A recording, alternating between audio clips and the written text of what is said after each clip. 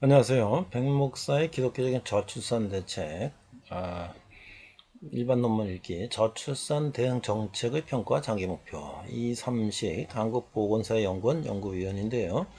이 자료도 지금 한 2015년 정도 보건복지부에서 이제 발간되는 자료입니다. 우리나라 저출산 대책의 효과성에 대해 평가하고 그 결과를 토대로 장기적인 목표를 제시하고자 했다. 저출산 대책의 출산율 제고에 대한 효과성을 높이기 위해서는 현행 정책들의 구조 및 내용적 한계점들을 개선하는 다음과 같은 노력이 필요하다. 첫째, 자녀 양육 부담을 지원하기 위해서 정책들은 출산율 제고의 관점에서 어떤 계층, 어떤 집단을 대상으로 어느 정도 지원하는 것이 가장 효율적인 것인가에 대해서 고민하고 적합한 기준을 설정하는 노력을 기울일 것이다. 둘째, 국민은 자녀 양육 시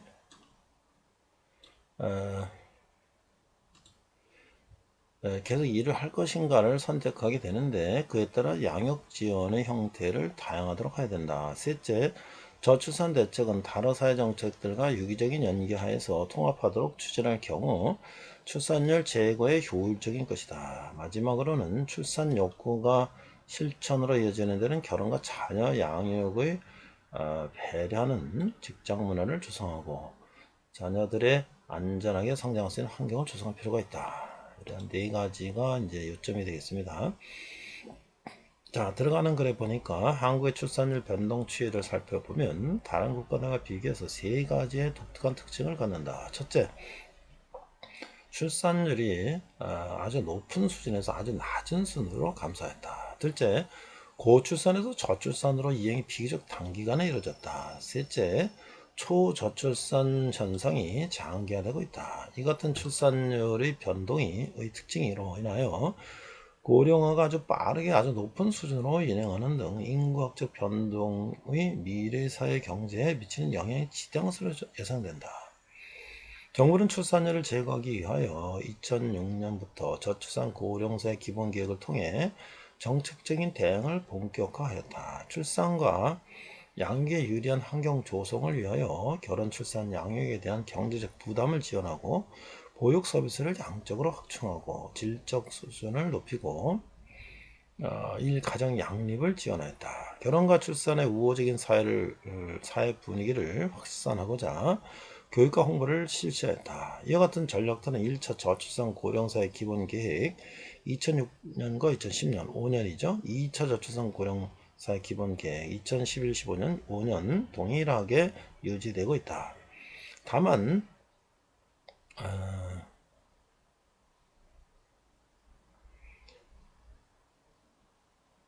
여기가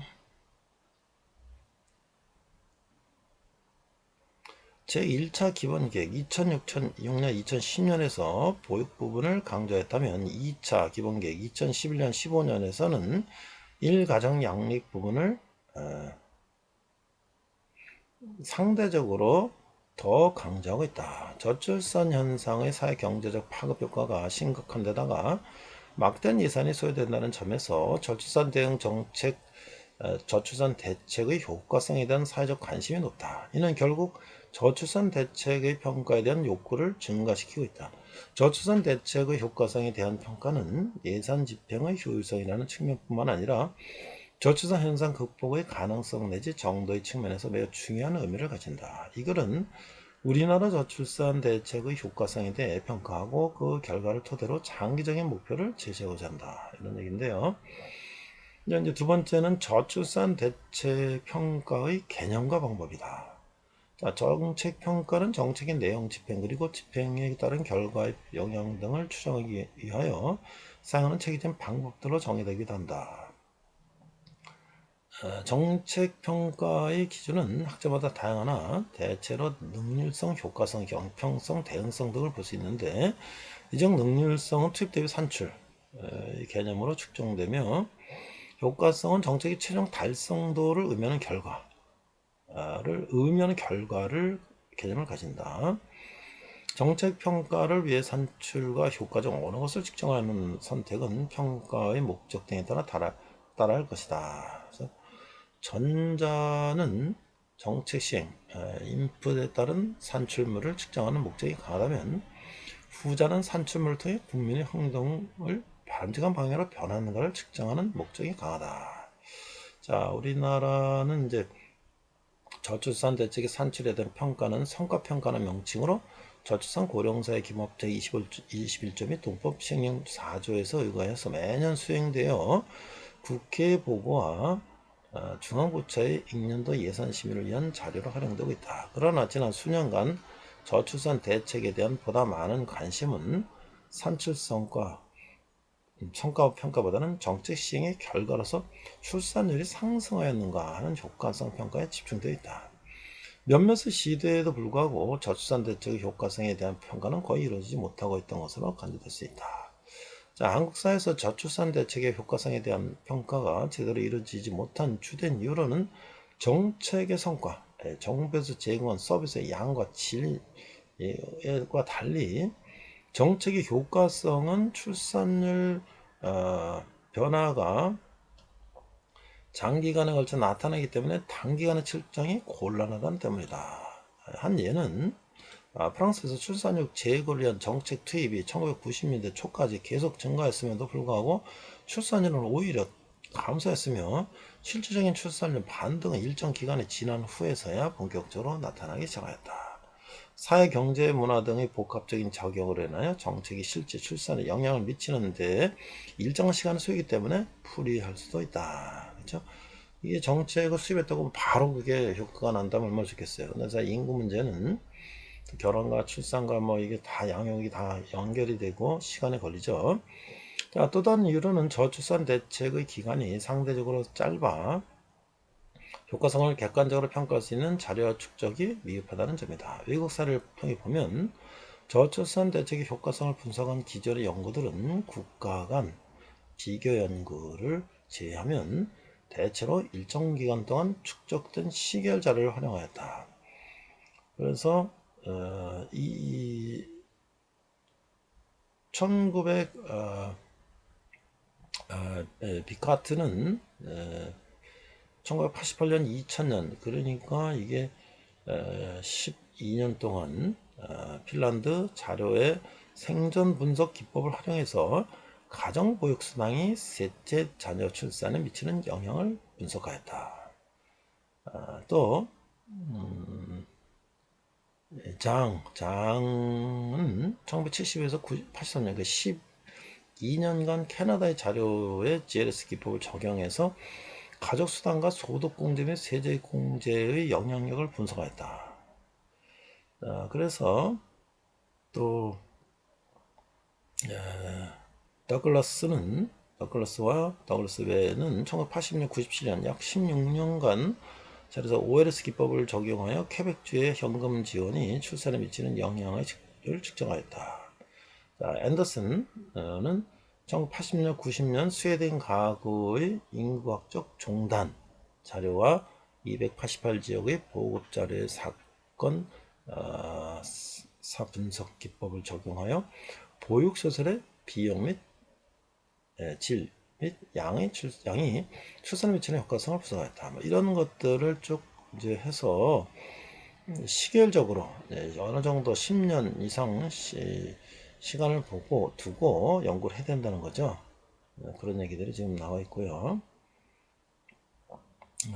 그래서 이제 세 번째는 뭐냐면 저출산 대응 정책의 평가가 첫째, 저출산 대책 도입 시기와 출산율 변화.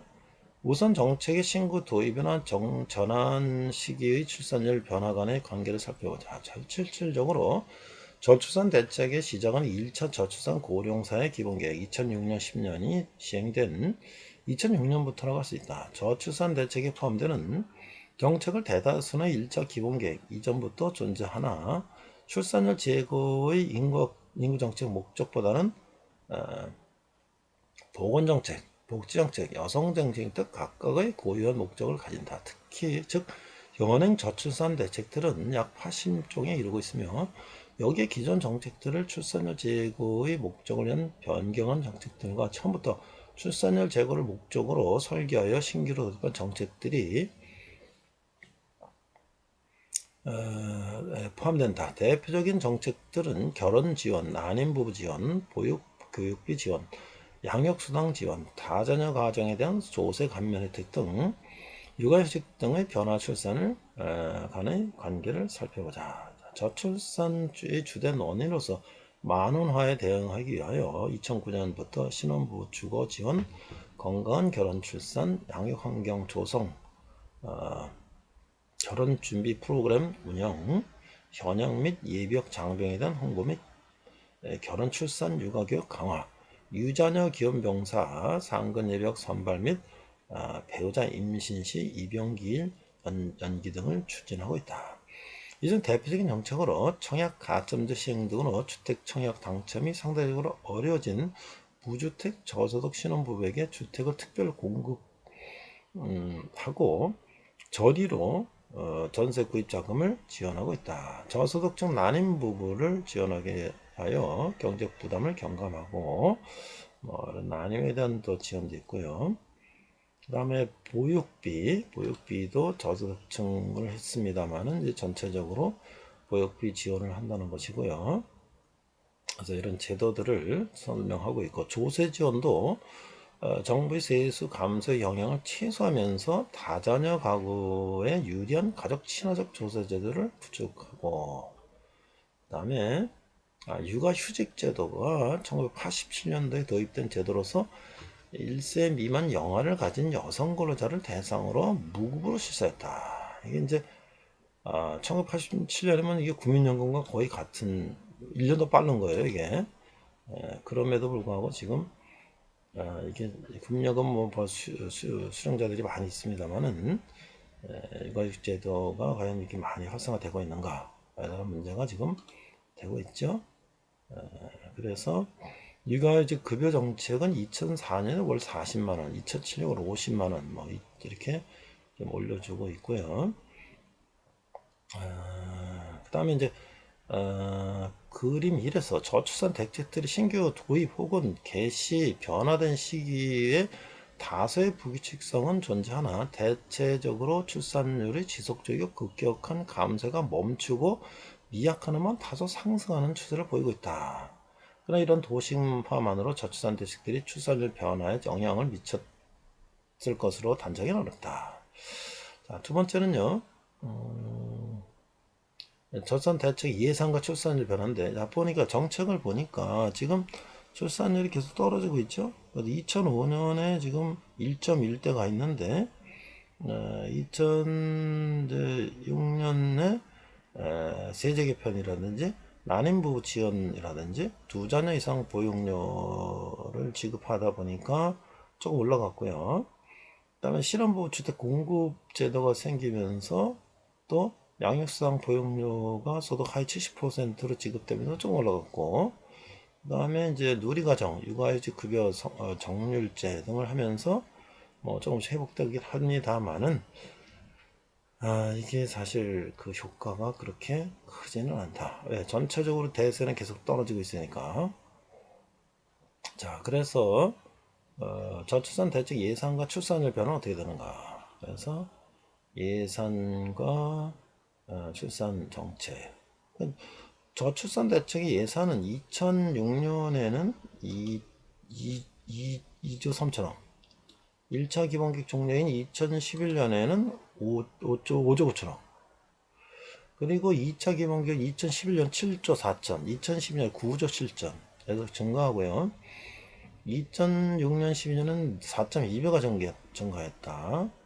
그래서 이 저출산 대책 예산은 뭐 계속 증가하고 있죠. 그래서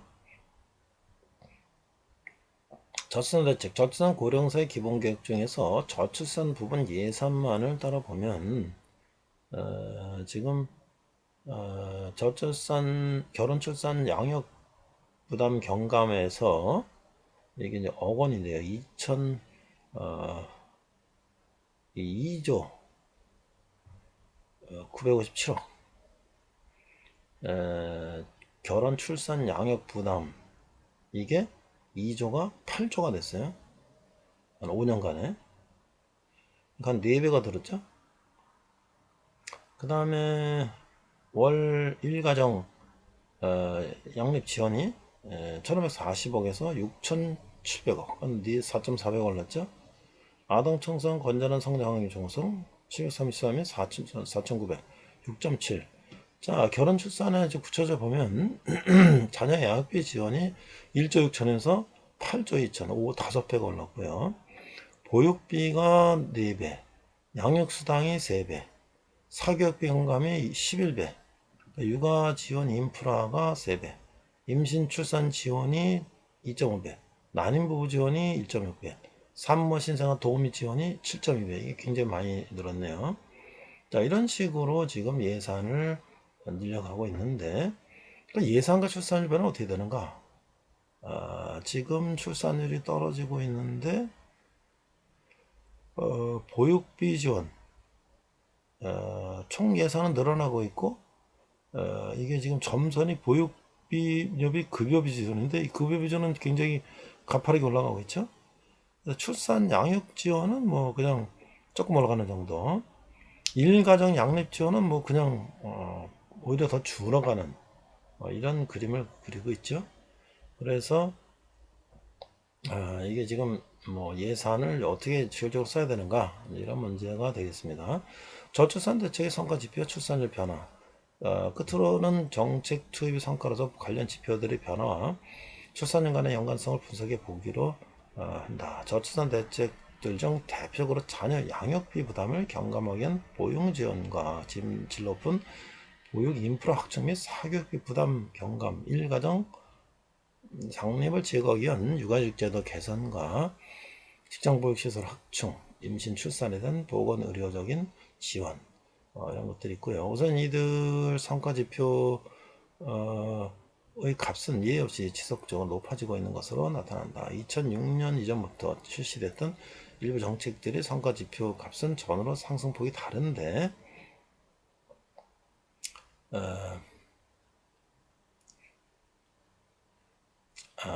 그래서 수된 이유로는 출산율 제고의 목적을 달성하기 위하여 2006년부터 보다 많은 예산을 투입하는 등 정책적인 노력이 증가했던 결과로 간주할 수 있다. 그래서요, 이제 결론을 보겠습니다. 종합 논의.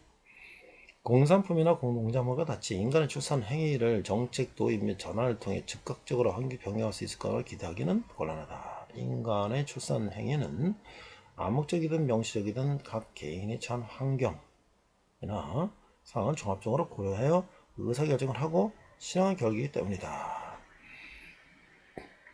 그래서 여기 뭐 저출산 대응 주요 정책의 성과가 나타나고 있는데요. 뭐 어쨌든 성과가 뭐 주었다고 보죠. 뭐 주었다고 보는데 어쨌든 결과적으로 지금 출산이 떨어지고 있다는 문제에 있어서는 이걸 어떻게 우리가 생각해야 될지.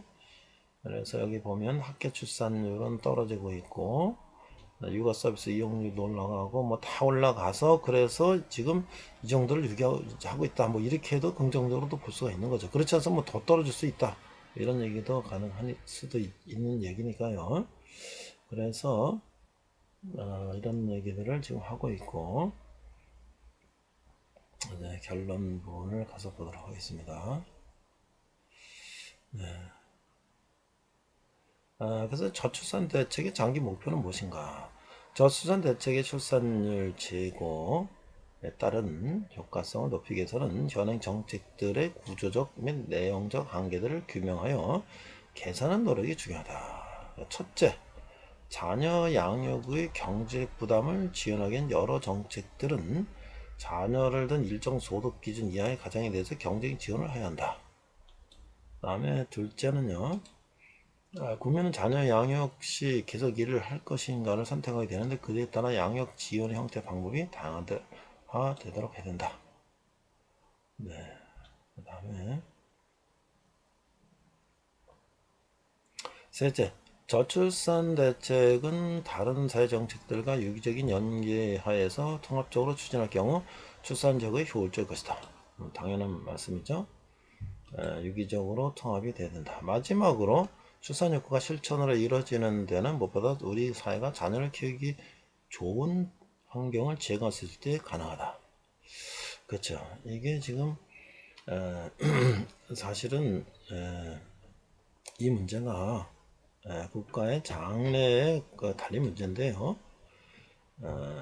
국가의 지도자나 사회 리더 지도층이라고 한다면 또 가정이나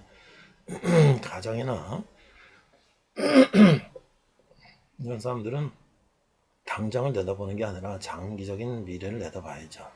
그래야지 국가가 장기적으로 발전하는 것이죠. 지금 과연 정치 지도자들이나 기업가들이나 사회 지도층들 또 특히 뭐 교계, 종교계, 기타 등등 과연 이분들이 과연 국가의 미래에 대해서 얼마나 관심을 갖고 있는가?